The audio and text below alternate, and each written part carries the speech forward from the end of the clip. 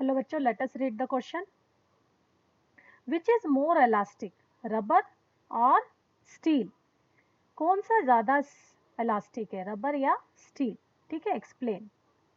तो elasticity, modulus of elasticity अगर हमें इनकी पता होगी तो हम ऑब्वियसली बता पाएंगे कि कौन सा ज्यादा इलास्टिक है. So the key concept is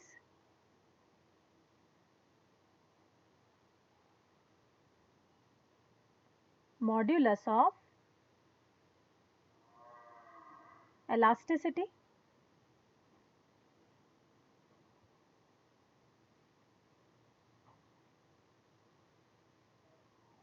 correct. Modulus of elasticity का अगर हमें नॉलेज है तो कहाँ से डेवलप होगा? सबसे पहले हम लिखते हैं बाय हुक्स लॉ, हमें पता है.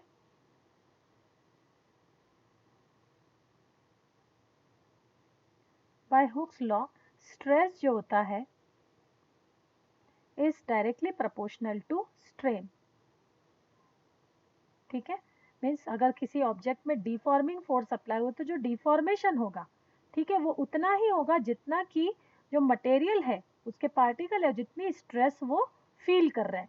सो stress is directly proportional to the strain, है ना. जो स्ट्रेस है वो directly proportional to the deformation, correct, जिसे कहते हैं स्ट्रेन. तो stress is denoted by sigma, proportional to strain is denoted by epsilon. अगर हम यहाँ प्रोपोर्शनलिटी कांस्टेंट हटाएंगे तो डेफिनेटली एक कांस्टेंट ऑफ प्रोपोर्शनलिटी आएगा जिसे हम कहते हैं capital E. Correct. So sigma is equals to capital E into epsilon, जहां ई क्या है? ई है हमारा कांस्टेंट ऑफ प्रोपोर्शनलिटी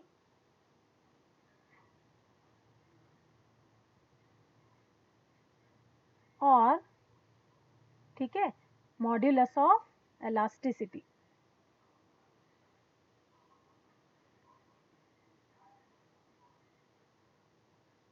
ठीक है. सो यहाँ हम ई को डिफाइन करते हैं, modulus of elasticity is equals to ratio of sigma by epsilon, और हम कह सकते हैं स्ट्रेस बाय स्ट्रेन. ठीक है, ये स्ट्रेस लॉन्गिट्यूडनल हो सकता है, लेटरल हो सकता है, वॉल्यूमेट्रिक हो सकता है ना. So the ratio of longitudinal stress to the longitudinal strain is called Young modulus.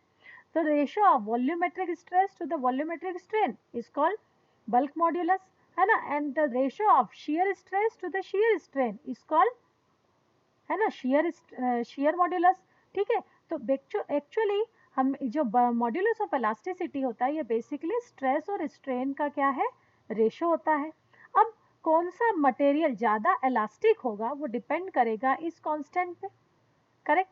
So modulus of elasticity of steel की अगर हम बात करें तो modulus of elasticity of steel is around 200 giga pascal.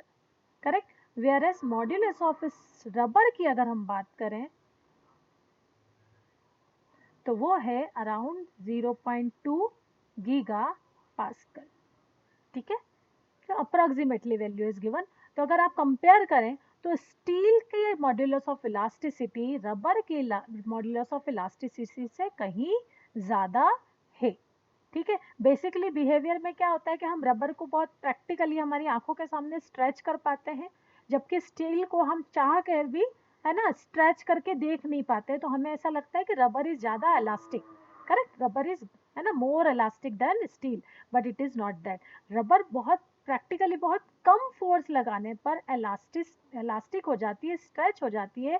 But the same time जैसे ही हम deforming force की value बढ़ाते हैं तो इजीली ब्रेक भी हो सकती है ना, या ब्रेक हो जाती है. बट स्टील, है ना, हमारे लिए module of elasticity is not only the material that is very quickly, ठीक है ना, एलोंगेटेड. ऐसा मटेरियल नहीं जो बहुत जल्दी और बहुत थोड़ा सा फोर्स लगाने पे एलोंगेट हो जाए, बल्कि ऐसा मटेरियल जो एलोंगेशन को होल्ड करके रख सकते हैं for a large number of deforming force.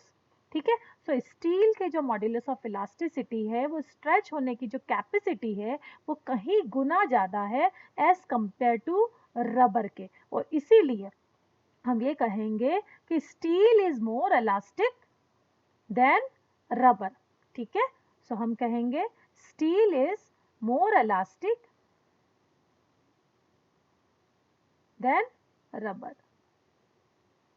ठीक है, I hope this is clear to you. Thank you.